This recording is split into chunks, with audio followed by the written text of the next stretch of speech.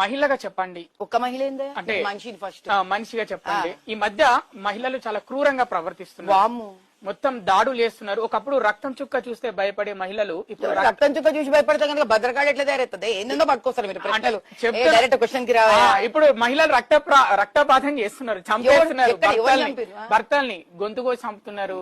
సరే నీకు మాట చెప్తా చూడు. వాళ్ళకి ఏం చెప్పాలనుకుంటున్నాం? ఒక మహిళ ఎలా ఉండాలి, ఎలా ఉండకూడదు? ఎందుకు చెప్పాలి?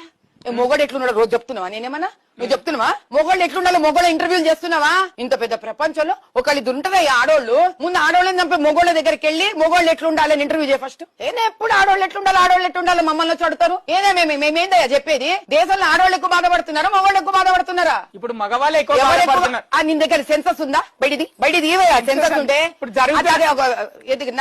నరికి ఫ్రిడ్జ్ లో పెట్టింది కదా మొగోడా ఆడ మనిషి? ఢిల్లీలో నరికి ఆడపిల్ల నీ ఫ్రిడ్జ్ లో పెట్టిన ఆడామనా మొగోడా?